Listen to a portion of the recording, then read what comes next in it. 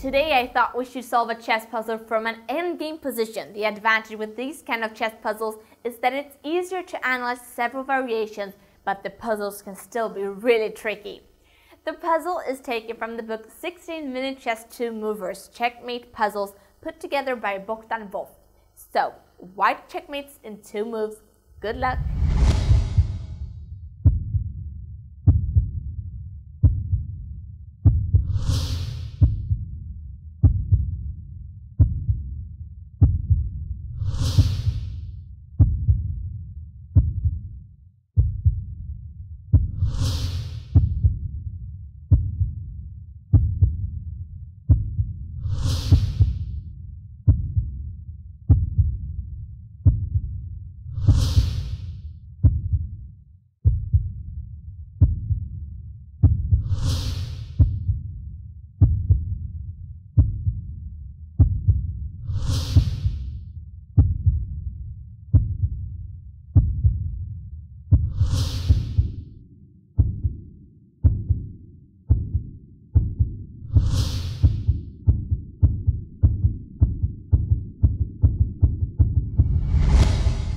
When you get a position of this kind in a game, the first moves that seems natural are Queen f5 check and Pawn h6.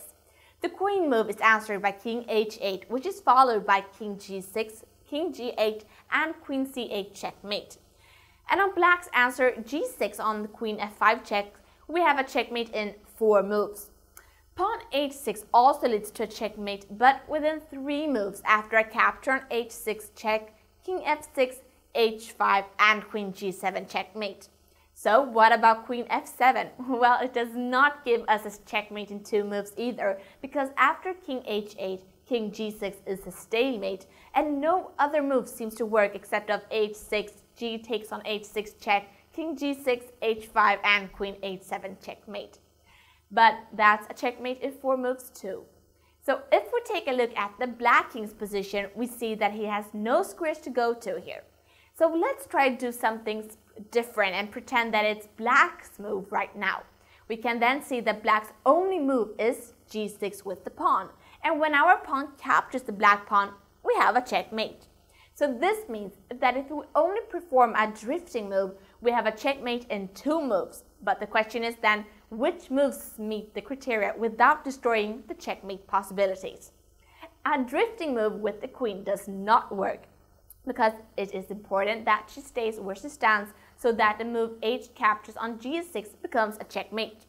So we're looking for a king move. Our king can go to 4 different squares, but one of the options is extra good due to the king's possibilities of still guarding the h6 square.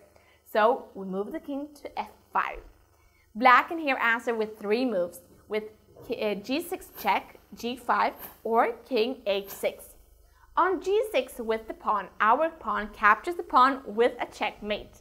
If Black instead chooses g5, we capture the pawn again, but this time with an en passant and with a checkmate too. And if Black plays king h6, we answer with queen h8 checkmate. Well, chess puzzles with so few pieces on the board are not always super easy, but just like this one, really tricky. As you noticed, it required the ability to analyze a lot of small moves quickly, moves that didn't seem so important but really are in chess. It's just like the chess legend Reti once said, a knowledge of tactics is the foundation of positional play. And with those words of wisdom, it's time for some chess history with Arne Johansson. Enjoy!